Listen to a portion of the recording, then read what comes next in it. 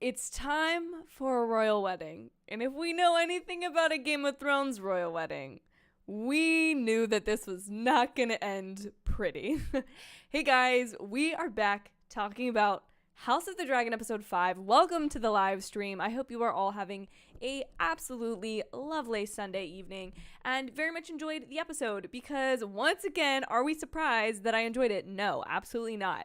We are having the time of our lives with this show. At least I am. So I hope you guys are feeling the same way. We got Alex in the chat. How was your weekend and Sunday going? It's going great, Alex. I hope the same is true for you. What did I think of this episode overall? I loved it. The way that the tension builds at the end of this episode, like I was physically like, I'm stressed right now. I need like food. I need to stress eat. Like this, like it was tense. Both with the way that they're cutting between different characters, the way the characters enter the room of the royal wedding. I guess I'll start now by saying, if you're joining the stream for the very first time, these are spoiler stream like review reactions of the episode. So if you haven't seen the episode, you've been warned. But yeah, Alex, very much a red wedding type of situation. I mean, there's never been a wedding other than the marriage of Rhaenys and the Stark and the Targaryen, the Stark sister and the Targaryen brother. Their marriage is the only one that I think was like beautiful because it happened and no one knew about it. If you invite people to your wedding, basically in the world of Game of Thrones, you're in for some death and murder a little bit. Nick, welcome to the stream, buddy. What an episode. Agreed. The teaser for next week. Whew, wow. I am very much looking forward to see how this transition goes. I've been talking all day with Christian about what we think is going to be the response to next week's episode, because people have really loved, at least, I mean, I'll speak for myself and at least the chat, because I know we've talked about this. People have really loved Milly Alcock, the young Rhaenyra, Princess Rhaenyra, and obviously we're stepping into a new actress for her and Alicent Hightower. As far as I'm aware, the only other cast member that will be changing is Laenor Valerian. He will be the only other actor changing. I mean, I'm sure maybe like his sister maybe will change or something like that, just because those are like the kids, but those are changing. I mean, and we did see Aegon. We saw Aegon all grown up. And wow, I think it's fascinating for so many different reasons. I'm really excited to talk to you guys today because, and I'm just gonna pull this out now. I done did it. Okay. Well, actually, Christian bought this for me, and I am currently 78 pages in. This is the illustrated version. So there's some beautiful, beautiful illustrations in here. And have I skipped around to the section of the time period that we are on in the show? Yes. Have I learned things that I'm now like, holy crap, like this is going to happen? Like wow. So anyways, I have this. I'm listening to it on audiobook. I've listened to 3 hours of the audiobook, and that's only 78 pages. Only 78 pages in. So by the time I finish this behemoth, it will be fully more than an entire day of my life devoted to this. But it's really interesting and really good. And I feel like there's storylines from older parts of the book that they're also somehow incorporating into this storyline, which is so fascinating. So it'll be a hot minute till I get to Rhaenyra and Daemon and Alicent and Laenor and all of this kind of timeline, but for now, just I'm invested now. I'm fully in. Best episode yet, Andoman says. Alex says this episode is a masterpiece. No words, this episode was incredible. I just think that the ground that these episodes are able to cover the storyline, the only thing I think I didn't like about this episode, and I'm just gonna get it out there because it's not like really a big it's not really like a big, what do I want to call it, nitpick of mine, or maybe no, it is a nitpick. It's not like a big deal, but I think I know there's a time jump between obviously like the last episode and this episode, but I feel like Sir Criston Cole, I feel like there was so much weight going into his decision to be with Rhaenyra, right? Last week's episode. And I'm assuming that many years have passed. Well, not many years though, because there's got to be a time jump, but I'm figuring like for them to go to Lord Corlys's, lands and get there, like at least maybe a couple months and stuff between last week's episode and this week's episode. They didn't really specify what the time jump was there. But I think I'm just a little bit, I feel like his storyline was slightly rushed in terms of how badly he snapped. However, I do think they've kind of been, hinting towards the fact that his affection for her is a lot deeper than what she shares him, or he's held that, they called it holding a torch. He's held a torch for her for much longer than she probably has even kind of been aware of him in that capacity. So I loved that. And yeah, rip Joffrey. Joffrey's not a great name to have in Game of Thrones. That was unfortunate for that guy, but also like, dude, come on, really? Like, you're at a wedding and you're going around like sharing all these secrets and like you expected nothing to happen to you. Like, kind of saw that coming, honestly. Not that Sir Cole was going to be the one that snapped and killed him, because I definitely I thought he was like going after Daemon, and then I was confused. I think that's the way they wanted to set up. Ugh, all those camera shots cutting between everyone looking at everyone else, and then the crowd kind of blocking everyone's view. And again, like the directors say at the end of the episode, the way that is a loss of all these parents and all these rulers thinking that they are in control and know what's best, and yet they have zero control of their children almost when it matters most. A wedding without a death is considered a dull affair. Truly, in Game of Thrones, that is true. Luke, welcome to the stream. Hope all is well with you as well. Yes, this is my movie palette. It is actually Beauty and the Beast, and it will be featured here and in future videos of mine. In fact, I really need to get the code. Movie Palette's this really, really awesome company that I've been able to work with over the past couple weeks. And I will be posting a lot about them soon. But I will put in well, I need to close it all better. Anyways, highly recommend looking up Movie Palette. It's really cool. I'll talk about it more soon. But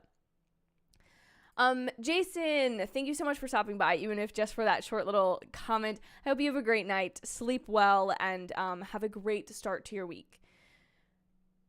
Think the older actors will make it feel more like Game of Thrones. Can't wait. I think okay, this is how I'm feeling. I'm willing to see whatever Rhaenyra does, good or bad. Like, I will support her, right? I will support her. Same way I would Wanda. I will support her. However, I feel like the issue is that with an actor, even though the story, it's the same character, will there be like a mental gap for a week or two before I'm like, this is Rhaenyra, and I like fully see them as the same character? Or is it just gonna click? Like, I'm just interested to see, because I feel like it's a calculated risk that they're having to take with the series that was not taken with the first series. It was all about everyone growing up and kind of seeing where they go and not changing the actors. And so I'm just interested to see what happens. Yes, definitely round of applause for Milly and Emily. They did fantastic in their roles, and I'm really sad to see them go, because I feel like there's something so coy about Milly Alcock and the way that she plays Rhaenyra that I think is just really interesting, and it tells you a lot about her character. And I'm just interested to see how that plays out with the older actors. Oh, Nick, nice. My little iPhone 10 is jealous. I'm sad. The new iPhones look sick, especially with the new cameras. Oh, I'm jealous. The only moment I didn't like was Sir Christian and Rhaenyra on the boat talking about running away. See, I liked this because, like, I think that's interesting and tells you a lot about her character, because, in a lot of ways she has said, like, I don't want to get married. I don't want the crown. Like, I don't want this responsibility of my position. But at the end of the day, she's very proud to be a Targaryen. She very much wants to be the first queen of Westeros. She very much wants to, like, rule and sit on the Iron Throne. Sorry, my desk, I have to, like, lower it sometimes. Anyways, I personally really liked that conversation, because I think if that conversation was never had, Rhaenyra would never have, we would never have known if she would have taken that opportunity to leave or not. And I like the fact that now we know definitively what her answer was. And I think it's also interesting because clearly, like, their relationship for her was not love. It was really, you know, lust and what does Alicent call it? The bloom of youth or something. Like, that's what it was for her. And yes, I felt bad for Laenor too. Like, I felt for him because I kind of liked the fact that Laenor and Rhaenyra had this understanding with one another. This little, like, in this whole world where they're kind of being forced to do these things and rule and do it for the honor of their families or for their houses, they had this, like, this level of control within their own marriage, this own understanding between each other. And honestly, of course, the people who were supposed to love them more and look out for their best interests are the ones that ruined it for them. And now they're both having to suffer the consequences, and Laenor more so than Rhaenyra, because I don't know what's going to happen with Sir Criston Cole, but I mean, he was stopped from killing himself. Alicent found him. So I think it's okay in that sense. And yeah, Criston Cole really did say booty for duty. He really said, okay, that was the other thing I really wanted, although it might have been a little too on the nose. I really, really would have loved seeing, they talk about he bloodied his white cape, because that's like a big, like, the white cape symbolizes his purity, his chastity, as a white knight. And I think it would have been really great to have seen the blood of Laenor's lover, Sir Joffrey, on his cape to symbolize, like, the way that him doing what's not this, like, it's not an obscene or horrid thing that he was with Rhaenyra, other than in the eyes of his chastity and that vow that he took. But having seen the blood on that cape would have then, like, it just would have called back to that line from earlier in the episode and been like, oh no, now you've really put your foot in it. And he really did snitch on himself. Like, seriously? Like, yeah, I was like, sir, you're in a situation now. This is the difference between characters like Daemon and Rhaenyra, who are, like, playing the Game of Thrones until they die, and Sir Cole, who literally, he can't be a player. He can't be a real significant player in this world. He just can't. Do I think episodes 6 through 10? I mean, yeah, we still have the king's death. And here's the thing, again, haven't gotten to that portion in the book yet, so I'm not going to say what it's about. Or I'll be a little bit vague. But I think, let's just say a lot of this book has to do with disputes of who should be heir or who should be ruler, which has been a big portion of this, even though Aegon hasn't really been a part of the story yet. Aegon being the firstborn prince versus Rhaenyra, the firstborn heir, and kind of how those two things, like, go up against each other in the eyes of Westeros, in the eyes of lineage, in the eyes of blah, blah, blah, whatever. I feel like I feel like a large portion of the end of this series, or what we're building towards, is almost like a war between siblings. Now, again, I don't know how closely they're going to stick to this book. I don't know how much they feel like deviating from it. I don't know their exact plan. Oh my gosh, sorry. I just got hit with a yawn. I don't know their exact plan. However, I mean, I definitely think the next 5 episodes are going to be fantastic. I don't think my only concern is, like, this is a risk that Game of Thrones has not taken in the past, of changing actors, and not just random actors, but, like, main characters. And so that's where I'm curious to see how that all plays out. I don't think there was much of a jump. When the one guy told Alicent about the medicine, I think it was recent. So, agreed. I think it was recent, but I think her and Sir Cole have maybe had more than one meeting of the night, if you know what I'm saying, since then. So their relationship has obviously a little bit developed, but like this man was ready to marry her. He was like, run away with me, girl. Let's go to ASOS. They got oranges. Let's go. And she was like, I'm going to be queen and can do whatever I want. So I think I'm not going to do that. And he was almost like offended. And I was sort of like, listen, like, I understand, like, you're in love with her, but what other outcome did you see happening here? You know, which again makes for interesting characters. It's not a poor writing choice. It makes for interesting characters. But yeah. Nap says new sub, Laenor boyfriend being messy. He and Sir Cole, I'm sorry, they got what was coming for them this episode. They went for it and they were snitching on themselves. They were being messy. And the one person who I thought was going to be messy and who I was literally yelling expletives and curses at over the screen, all she did was show up in a green dress. But can we talk about Miss Alicent Hightower? Because, again, do I like her? No. I stand by everything I said in my last stream. I think she's I think I dislike her as a character because she's going up against things that characters that I like, and I think that but I also think that she's a product of her circumstance, and the show does a great job of weighing, like, she's against the main protagonist, yet, like, she's the main protagonist, main antagonist in a lot of ways. Like, she kind of represents the realm potentially being against Rhaenyra as queen. Like, I think that's what Alicent sort of represents as mother of Aegon, because Aegon is not really a part of the story yet. Alicent represents that. And so Alicent showing up in the green dress, which immediately when she came down the stairs in green, they did a fantastic job. I kind of, in some ways, I understand why they wanted to call out the green, or the fact that green is like the color that they release when they're declaring war. I do think that explanation was good, but they did a great thing earlier in the episode when Alicent is speaking with her father. They kind of focus on the Hightower logo on the horse's bridle is on the front of a horse, but its blanket or its saddle, it was a green blanket with a gold Hightower, looked like a rook. It looked like a rook from chess.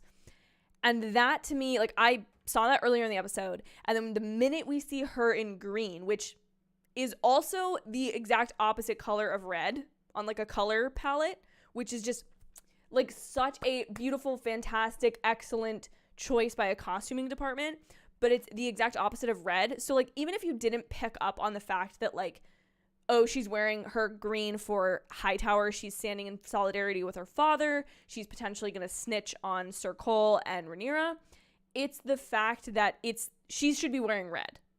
For all intents and purposes, how do you even say that? For everything about her, she should be wearing red. And she doesn't. She's wearing the exact opposite color. Oh, that was so good. So good. I know. The only reason I knew that he wasn't going to die is because there's an episode in the trailer of the pushing of a... Well, now that I think about it, that's not how they bury their dead in... That's not how the Targaryens do it. They burn their dead. But there's a shot from the trailer of someone's casket being sent over, like, the edge of a wall. Does that mean one of the Valyrians is gonna die? I just realized that. I've been thinking it's King Viserys the whole time. But he looked bad. He looked gross this episode. And he looks even worse in the trailer for next week's episode. Like, does no one want to do this man a favor and, like, cut his remaining hair? Like, they're just gonna let him 90% bald and then leave the, like, long strands of hair? Like, come on. These people are doing their king dirty. They're really being horrible to their king. Honestly. Nick says, I'm trying to feel bad for the king, but he's doing this to himself. He found out his brother tried to smash his daughter, didn't kill him, banished him, then allowed him to show up at the celebration. I mean...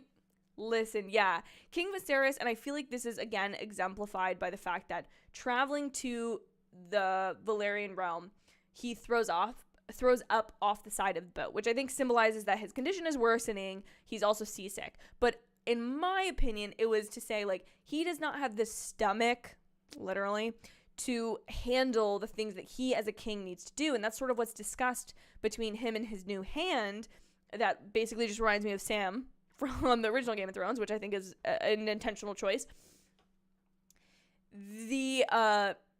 I feel like it's to show that he as a king, he's not a conqueror. He's not even really like a mad king or, a cruel king or anything. He's just this like benevolent dictator who like doesn't really do much and kind of is at like the last minute handling everything he needs to do. Like Rhaenyra should have been married off a long, long time ago.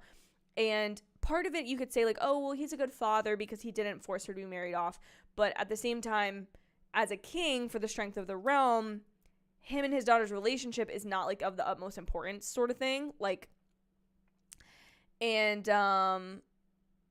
anyways, I agree with you, Nick. Like, he is not a good king. He's not a good, really great father or protector of his daughter. I'm surprised that he's gonna last till next week, although I figured it would be, the passing of the torch had to happen when Rhaenyra was older, I think. I don't know. I mean, I'm interested just to see, like, I know it's 10 years that are now jumping between now and the next episode. I'm just interested to see how different episodes play out. Oh my gosh, Nick, he does. He looks like the doll from the Rugrats. I don't like it. Yes. And oh man, this shot, this ending shot of like the rats will come in for blood and like there are people waiting for the demise of literally any of the characters that we're following now. Like any one of them die, like the rats are moving in and like, I know, again, these things are just so like, this show is just, the way it feeds the film nerd heart within me is just so satisfying and so, it makes me so happy. Yes, the green dress was declaring war against Rhaenyra, but it's like the fact that it's the Hightower colors, it's the fact that she goes and talks to her family, and she's basically like, she is now, here's what she's doing. What we saw at this wedding was a very political affair, and I quite loved it because this is what I love about Game of Thrones. So we have the king thinking that he's making the biggest political move of all by combining the Targaryen and the Valyrian households, these two strong dragon rider families, and they're just gonna rule the rest of Westeros. And he's even like they all think they're the smartest three people in the room. They're like, we've even figured out what their last names are gonna be, how the kids are gonna be, make the Targaryens happy, make the Valyrians happy, blah blah blah. They think they're in control. They're at the head of the room, okay? Higher above anyone else, looking over the whole affair, watching the whole thing. And they're feeling like pretty chummy and pretty good about themselves. And then Alicent comes in. Well, first, actually, we have Daemon, who we haven't spoken about yet. But you guys knew we were going to get to it, and so I'll be the first to bring him up. So Daemon walks in the room, and he, interestingly enough, that's his shot, right? Like, walking into that throne room. Like, that's the way he does it, okay? He knows. So he's walking in the room, doesn't get announced, doesn't say anything, doesn't cause any fuss. He's just there. That immediately sends everyone on edge, if you weren't already, because it's a wedding in Game of Thrones.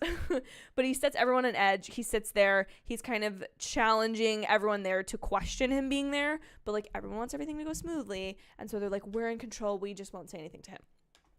But, as we find out, Daemon has recently come in to the, what would you say, care, ownership of a bunch of lands, right? So we've seen in past episodes that he's been at Dragonstone, which is Targaryen's ancestral home.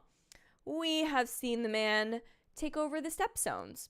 And yes, does he sort of share those with Lord Corlys, and that was kind of like a shared victory? Sure. But he was the king of the High Seas. I think that was his title last episode. His, like, faux crown. So he's like, he at least has people there loyal to him, right? In both those categories. And now he's taking over Runestone from his wife, who he murdered? Didn't murder? Question mark? Whatever. I thought that was a great way to open the episode. And I knew that, like, his MO the minute he got to that wedding was to, like, intercede, like, Rhaenyra. And I was, like, curious, what I thought was going to happen, which is way more soap opera drama than what actually happened. But I thought Allison was going to come over and be like, I have something to say. Okay, so Christian Cole and Rhaenyra did the nasty, like, kick them both out. And then Daemon was going to stand up or the Valerians were going to be like, oh, we don't want her. No, Laenor, don't go near her.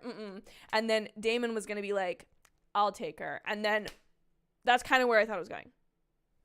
But didn't go there. But then, so we've got, that's Daemon's political game. The political game the parents think they're playing. And then Alicent has now discovered, she's taken her father's words to heart, realized that she is indeed a Hightower, that she has these same tendencies, and that her father only had her best interest at heart. Because the thing she knows confirmed when Sir Criston Cole tells her that they slept together is not only that Rhaenyra has lied to her about being pure, but she now has to question what's going on between her and Daemon, and has to question how much she can really trust Rhaenyra. So she's realized that second option, that latter option of cleave to Rhaenyra and pray for her mercy, not gonna happen. She has to hedge all of her bets on her and her son. And so now she's realized, she shows up to this party declaring war, saying, I am going to challenge your right as queen. And she goes to the rest of the Hightowers and make sure that she has their allegiance. So if she ever were to make a play for Aegon to take the throne, she would know that she would have support. And so I, just for all of those reasons and above, that like scene, the way that political game of chess is being played, and then the way that the camera is weaving in and out and showing Daemon from Rhaenyra's angle, and Sir Cole looking through the crowd at Rhaenyra, and Laenor's boyfriend, Sir Joffrey, and Sir Laenor looking at each other, catching glances, which they were also not super subtle. I was sort of like, how secret is this, really, sort of situation. But yes, Alex, if I was in a wedding setting in Westeros, I would leave in the first 2 minutes. Exactly. You don't want to be there. You don't want to be there. This show does its shots so well. They know just when to cut the next scene. They know exactly how long to stay on character's face portraying us. This is used in a bunch of other shows, but it is by far my absolute favorite, like, editing trick is when you say something like, so it's Laenor and Joffrey, and they're in the weeds by the ocean, and they're talking about, like, we're gonna be fine, we're gonna survive, we can still be together, whatever. And Sir Joffrey goes, I wonder who Rhaenyra's paramour is. And it cuts to a shot of Sir Cole. Like, again, a ton of shows use that. But it's like, it's so good. I love it. It's so simple. It's so good. It's such a good transitory element. Yeah. And it doesn't make, like, you don't have to, like, close the first scene making it feel complete. Like, you can just say, like, okay, this is, like, I don't know. That's it.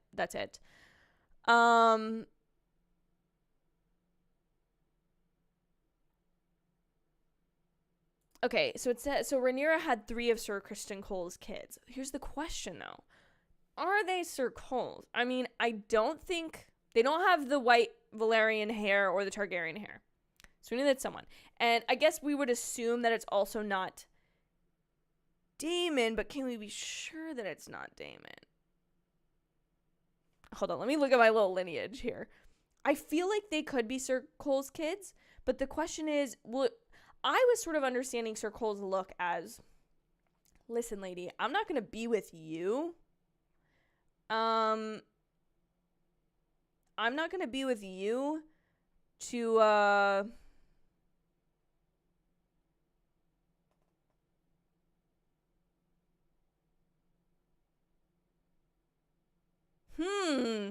Interesting.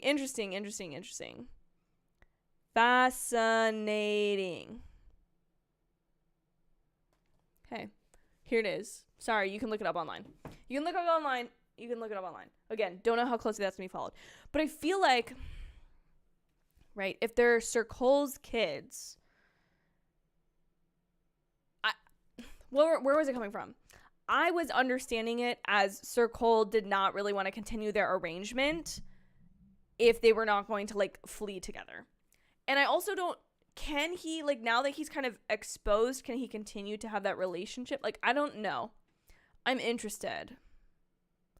I am fascinated to see who all's children those were. I don't know. Exactly. They can't, unless the book be lying to me or they're not following the book. I don't feel like they're going to be his kids. Jojo Siwa, my good friend Jojo. I am very hyped for Glass Onion. You answered your own question. I am hyped for Glass Onion. Yes. I think we all are. I'm very excited for that film.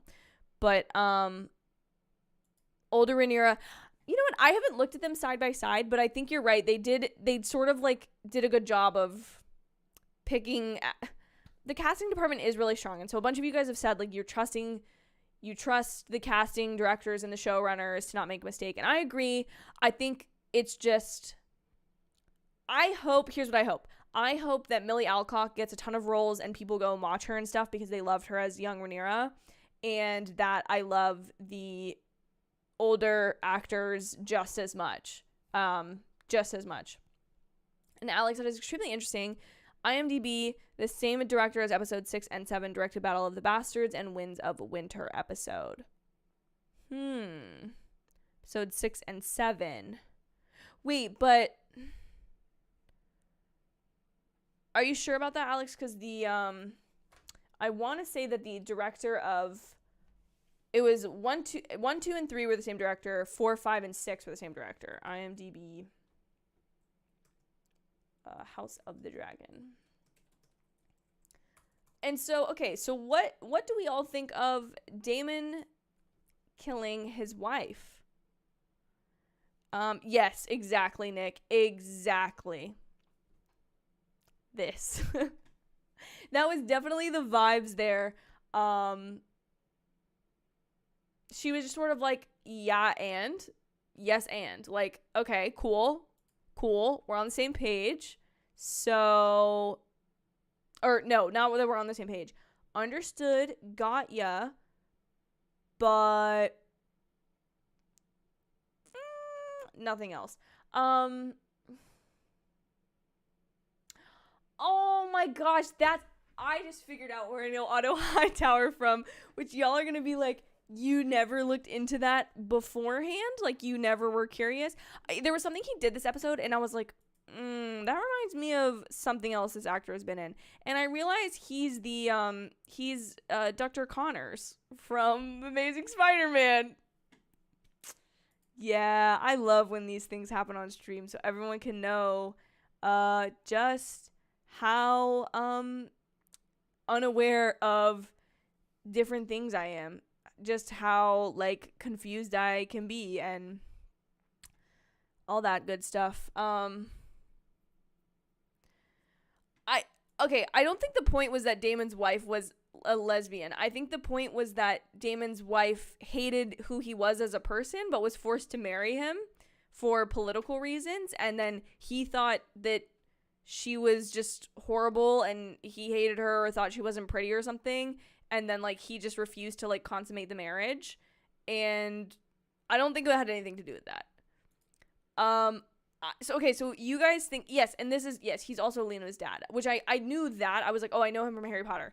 Never put it together that he was Dr. Kirk Connors, but that's okay. I'm just a little slow. But if I'm being honest with myself, I know that he went there to get rid of her so that he would have no reason not to marry Rhaenyra, because that man is dastardly and he will get what he wants, okay? He is not taking no for an answer, period, at all. However, do I think that maybe he made it look, I think he like goes there to maybe kill her, or like, I don't know.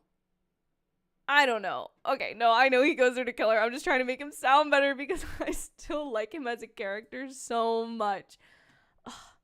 There is like my literal favorite thing in the show, narrative-wise, is the fact that he and Rhaenyra are the only two that speak High Valyrian, or at least they use it to one another to kind of converse in secret. I think that is such a it conveys such an intimacy between the two of them that is like unmatched to any other characters within this series. Like, I may have been recommended like an edit of the two of them on listen, it's the algorithm. It's feeding me this. I'm not feeding this on my own. And like, oh, what did I do with, oh, there it is. And I just, listen, again, like I said, things that happen in this show, I would never condone in real life, ever, ever, ever. However, in this show, literally Kristen Cole is dead to me. Like, after the way he acted, he was messy. He put my queen, he put my queen in danger, period. He honestly had to kill Rhaenyra's. He honestly had to kill Joffrey to protect her, because the only person that knows his secret now is the queen, but he can't so easily murder her. And, okay, wait, just realized. Other reason I love the fact that Sir Cole snapped and murdered Joffrey is because at the beginning of this episode, when Daemon goes to kill his wife, right? I was like,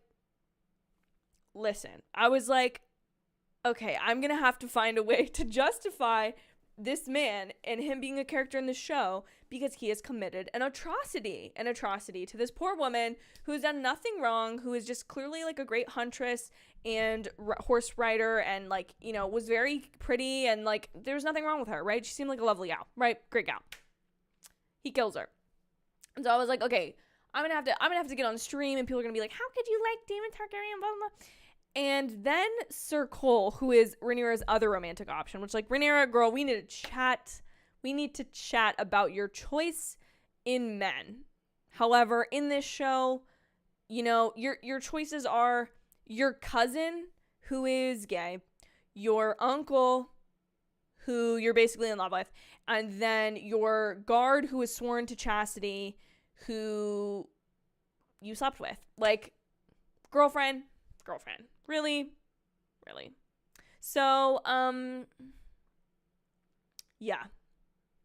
She doesn't have great options, if we're being honest. However, I think the fact that Sir Cole, he was, like, especially last week's episode, he was literally, in more ways than one, her white knight. He was her, like, Prince Charming. He was kind. He was sweet. He has this love for her. Obviously, that Daemon's love will always sort of be tainted with like the want for power whenever it has to do with Rhaenyra, as long as she's still heir and like the crown, the way that she described to Sir Cole that like she is like the, what am I trying to say? She described to Sir Cole like, I am the crown, like the crown goes with me. I like, there's no separating that. There's no me giving up my name and running around. Which another part of that conversation I thought was great was like he was basically asking her like, we could go somewhere else and be nameless, right? You can give up your Targaryen title. And she's like, well, I can't really do that because like I'm the queen. And he's like, the only thing I have to my name, like the emphasis on his name being, which of course is like a turn of phrase, meaning like it's the only thing I have, like to me as a person, as an individual, it's the only worth I have. But the fact that he says it in that way of like, I have nothing else but being a knight is my purpose. It's like, I have nothing else to my name. But her entire name is her queendom, and he wants her to give that up. So even these men who seem nice, they want her to give up her power too. So you know what? She might as well go after her uncle, her power-hungry uncle. She, like, might as well. I mean, like, if they're going to be in love, they might as well just be in love, I guess. Because, you know what I'm saying? Like, I can't articulate my words very well tonight, but, like, I don't know, like, it's not like Rhaenyra's gonna be sad for a while. I guess maybe not in the time jump forward because it's been a decade, but yeah. Yes, Paddy Considine was in Hot Fuzz and World's End, and I need to see both of those films. See Paddy Considine not playing a character on his deathbed, you know, gotta give the guy a shot, I guess. Gotta give him a chance. Swirly Bird said, none of the characters this episode bothered hiding anything. Daemon almost took her in the middle of the bingo. I know.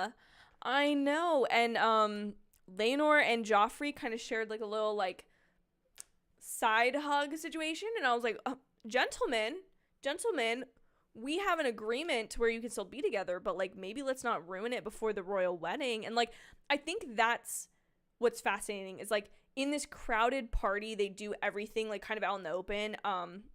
Reminds me of that line from Great Gatsby of like, I love big parties, or I hate intimate parties.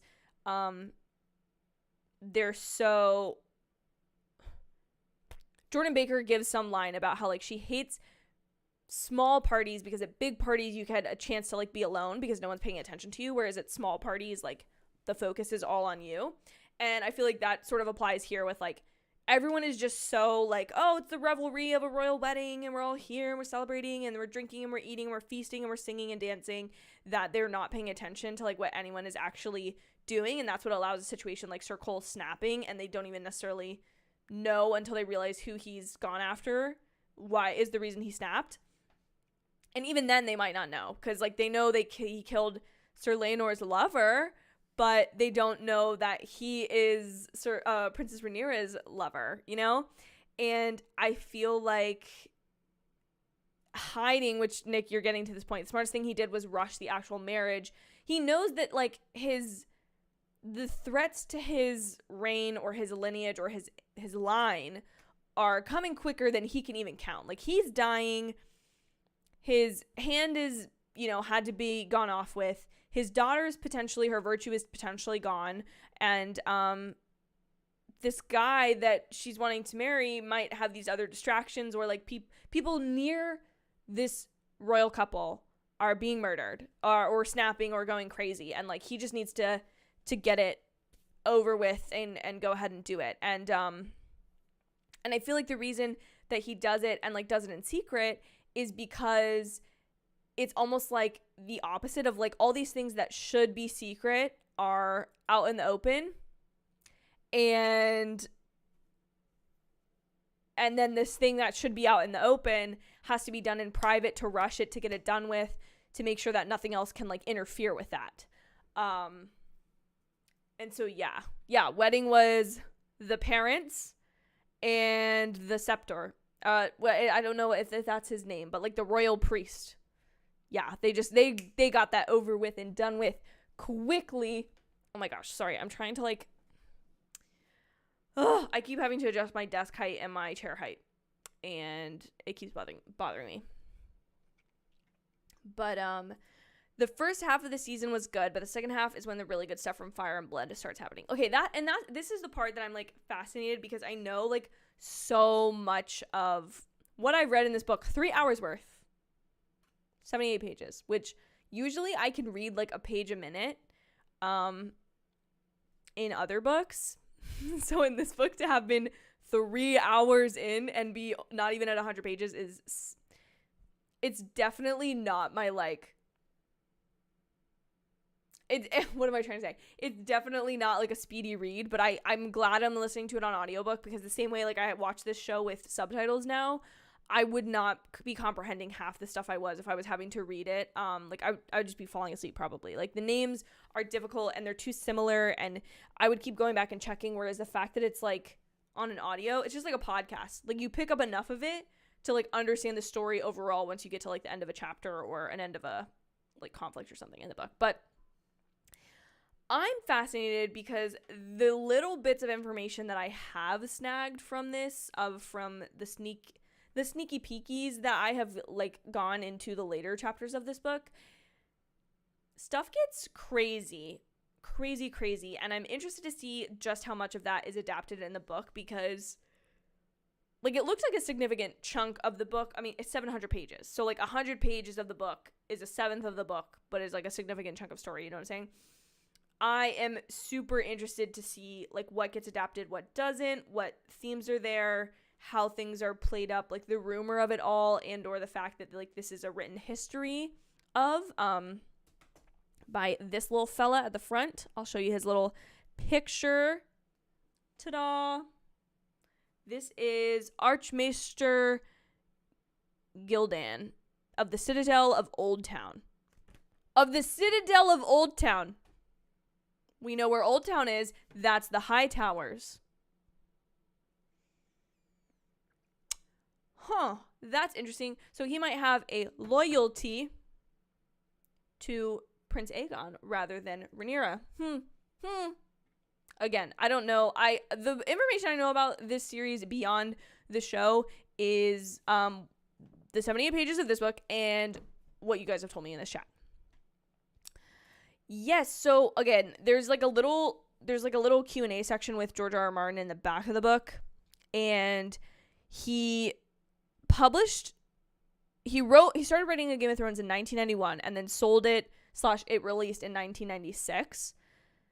And that's the first book. And so 1996 was 26 years ago, if I'm doing my math correctly. 26 years ago. 26 years that he's been living in this world. And I think, I don't know, the coolest part about it, though, is the fact that, like, there's this universe now that exists because this man started writing a book in over 26 years ago. And now we're all here talking about that TV show. Isn't that wild, the way that works? I feel like he has to be pretty happy with the way that they've adapted his books and his stories to do this book now as an adaptation, as well as to be involved with the project and stuff.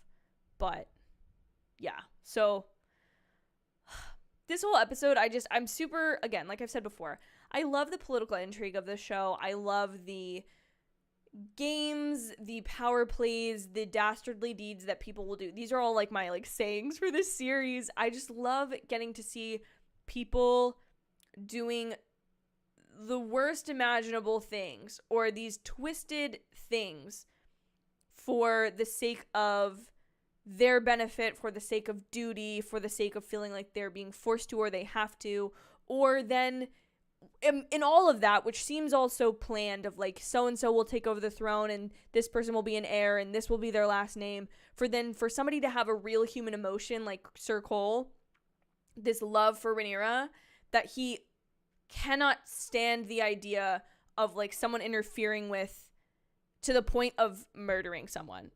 And that is something that I just this show is just so fascinating for that reason. I am going to do my little review, y'all, and then take any last comments and questions and stuff, and then probably head out for the night because I'm a little sleepy, and by the time I finish this one up, it'll be almost an hour. So I think these are just nice to like decompress after the episode, and I love getting to chat with you guys, but, you know, don't need to drag on something more than we have to. So let me just adjust this really quick, and I'll start recording, and we'll go from there. I have to think of what I want to say before I say it, as always, or else I will not be able to do it. Okay, wait, hold on. I can't think. Okay.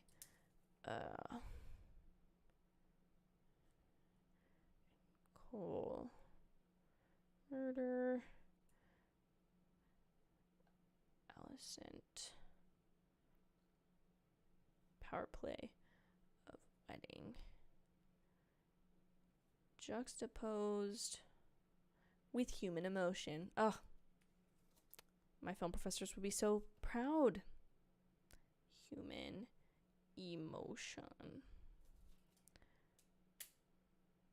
Is there anything else I want to mention there? I'm trying to think, what else did we talk about? I think we're good. Okay. Ready, guys? Let's do this thing. It is time for a royal wedding in Westeros, and as royal weddings in Westeros go, this one did not end with a happy ending. Nope, I don't want to say that. This one did not end with happily ever after. Hey y'all, today we are talking about episode 5 of House of the Dragon. We are at a midpoint in the season and our last episode for our young cast members, which includes 3 major characters, Laenor Velaryon, Rhaenyra Targaryen, and Alicent Hightower, all of which will be replaced with new actors next week. So what went on with them this episode? Well, of course, all 3 of them are major power players in this royal wedding and this union between Rhaenyra and why am I forgetting his name? Now I gotta go back in y'all's chat. Laren. What is his name? Laenor? Laenor, is that his name? Can someone help me, please? Why am I forgetting?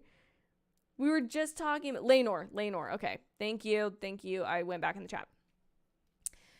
In this wedding between Rhaneyra and Rhaneyra, we have several characters show up, and I think the first thing I want to talk about, everything I want to talk about kind of revolves the wedding. So we'll start with the wedding itself. The entrance of people and the fact that they enter thinking they have the most control, whereas things start to kind of reveal themselves as to how much power people actually have as we go along. So the first entrance in is, of course, the king. He's the king. He thinks he has the most control. He's the one throwing this royal affair in this wedding. So he's sitting there kind of, observing all of this. And then joining him are the Velaryon family, Corlys and Rhaenys. And they join him at this head table. And the way it's even positioned is that they're looking out on this crowd. They're looking down on everything that's happening. They are in control. They have set up this union to perfectly benefit them. They have discussed every single possible term of this, of the children, what their names will be, who will take over as heir, and who will kind of get the rights and properties, of Rhaenyra being the queen, but Corlys of Rhaenyra then being her husband, her king consort, and all of that stuff is figured out, and they feel like they're on top of the world and they're here to have a good time. But then comes Daemon, and Daemon is here on a multiple power plays because he has recently murdered a one wife of his, and he has now he's now learned that he is going to come into possession of Runestone, which is her kind of home and what would fall to her should they have had an heir. Yet, of course, they don't. And so Daemon's, we think he's killing her just to marry Rhaenyra and have that kind of piece of the puzzle be out of the way, because when Viserys kind of dismissed him the last week's episode, he kind of implied the only reason he wasn't going to marry them off and to cover all of this scandal was because Daemon had another wife, which in the history of the Targaryens, which I've learned in this here book, is not the oddest thing ever to have more than one wife. And so kind of weird that Viserys would do it that way. However, we kind of think of the opening of this episode, okay, Daemon's killing his wife for that reason. But then we learn he'll get Runestone when she dies. But he also has had Dragonstone, and he has had the Footstones, the king of the high seas, if you will. And so Daemon is kind of falling into a little bit of power here, not only in land position, but maybe it's in a way that if he can't make Rhaenyra come to him on his own terms, he can force a power play with the lands that he kind of has either an allegiance with or he completely controls. And so that's sort of an interesting power play there. And then the last but not least, Alicent Hightower walks in, which excellent job to the costume designers of this episode and the use of the color green, because earlier in the episode it is established as Otto Hightower and Alicent are meeting in the rain and he is leaving on his horse. His horse has a blanket featuring his horse has a green blanket featuring the Hightower symbol of the kind of it's like a tower. It looks like a rook in chess, but we see that green color. And so the minute she walks in and you see that green, you realize something's up. And what is also brilliant about this choice is that, of course, the colors of Hightower have been established in this series, but they specifically choose green because green is the exact opposite on a color palette of red. And so it's kind of this shock that she's not coming in wearing her new house colors. She is not in allegiance with the king or his daughter during this royal family affair. She is kind of staking out her own, and I like the fact that then it was, of course, added emphasis that when Hightowers are going to war, they use the color green to symbolize that. And so this is Alicent's declaration that she will be siding with her own kin, with Aegon, and she will no longer be siding with Rhaenyra because, to be honest, she has kind of no choice. Rhaenyra has already lied to her and proven herself distrustful to Alicent with her lies last week about her relations with Sir Cole and with Daemon, and I think the way that that was found out by Alicent and the way that she's now able to take that power for herself was just so brilliant. So I love the way that that was handled, and of course that color, that is just such a shocking visual for her, especially of all characters, and so I really loved that. Then, of course, I also really love that while we have all of these different really strategic moves going on at the wedding, the one thing that these strategic power plays or these marriages or these or these alliances between families cannot predict is human emotion. The fact that Sir Cole and Sir Joffrey are out in the crowd, kind of milling about and figuring out that their relationships with the soon-to-be-wed bride and their relationship with the bride and groom of this wedding kind of impacts a lot of what's going to go on, their social standing, and how they kind of might interact. And I feel like their jealousies and anger towards one another that causes this fight is something that's totally out of the realm of control for the king, the Valerians, Daemon, or even Alicent. Like, none of them can control that outburst would happen, or that any of these characters would even be having these relationships and these feelings of love for one another for people outside of this marriage. Like, the marriage that's happening is one of structure and control, but everything surrounding that marriage is not. And that's the thing I love about this show, is that as much as it's about the political structure and how you can lay this out to make a really strategic move for power or for the continuation of a lineage, when those human emotions, those nasty human emotions get in the way, there is no saying what will happen. And that's what we all love about this show so much. The last thing I want to talk about in reference to those human emotions is the way that Daemon and Sir Cole both commit a murder in this episode. And the reason I think that this is so great is it's been structured from the beginning of this series. I would argue that Rhaenyra is kind of in a love triangle, especially after last week's episode, between Daemon and Sir Cole and Sir Criston. And the reason that that's so interesting is because at the beginning of this episode, when Daemon is to kill his wife, potentially for the reason of now being eligible to marry Rhaenyra, is the fact that, okay, he's done this unspeakable thing. Like, he's done a lot of, like, dastardly things that we're just not really sure how we feel about them, some morally gray area. But this is the first time he commits something that's really kind of an atrocity that we at least know about. And so then her literal white knight, Sir Cole, who wants to take her away from all of this unpleasantry of getting married, having to bear heirs, being queen, he'd just rather save her and marry her. And he even offers that. And it feels like this really cute, like, puppy that you're having to say no to. Like, when she tells him, like, I don't want to do that. I'd rather be the queen than marry you. And he's hurt, and we all feel kind of bad for him. You know, like, even though we love Rhaenyra, we feel kind of bad for this guy that just got rejected. But in the end, when he snaps and also kills someone, and not only just kills a random person, but kills Sir Joffrey, the love of Prince Rhaenor. No, the love of of Prince Laenor, Rhaenyra's intended husband. Like, it's just, the way that is handled is just, it brings them to an even playing field in my eyes, versus the fact that Sir Cole, when he doesn't get what he wants, acts out in this kind of angry way, which is also very similar to Daemon. But the fact that at least Daemon treats her as an equal and he's the only person who is not asking her to somehow give up or sacrifice part of her power. Now, could he potentially have that in mind? Absolutely. But that is for the future of the House of Dragons. So please let me know your comments and thoughts on this week's episode in the comment section down below. I want to hear everything you think about the future of this season. Please be sure to like this video if you enjoyed the review, and be sure to hit the subscribe button and the notification bell so you don't miss my Sunday night after the episode live streams or these little review clips that I release usually sometime on Monday. Thank you guys so much for watching. I hope you have an absolutely amazing day, and I will see you in my very next video. Bye, y'all. Whew, we got through another one, people. We got through another one. Okay, with that, guys, I need some water and to go to bed.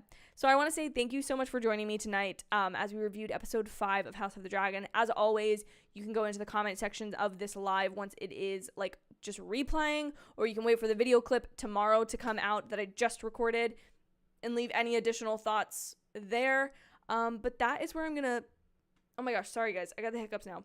That is where I'm going to leave it. Thank you guys again for joining me tonight. As always, you are the best, and I will see you some other time on the internet, or some other place on the internet, or just tomorrow on my YouTube channel whenever I release this clip.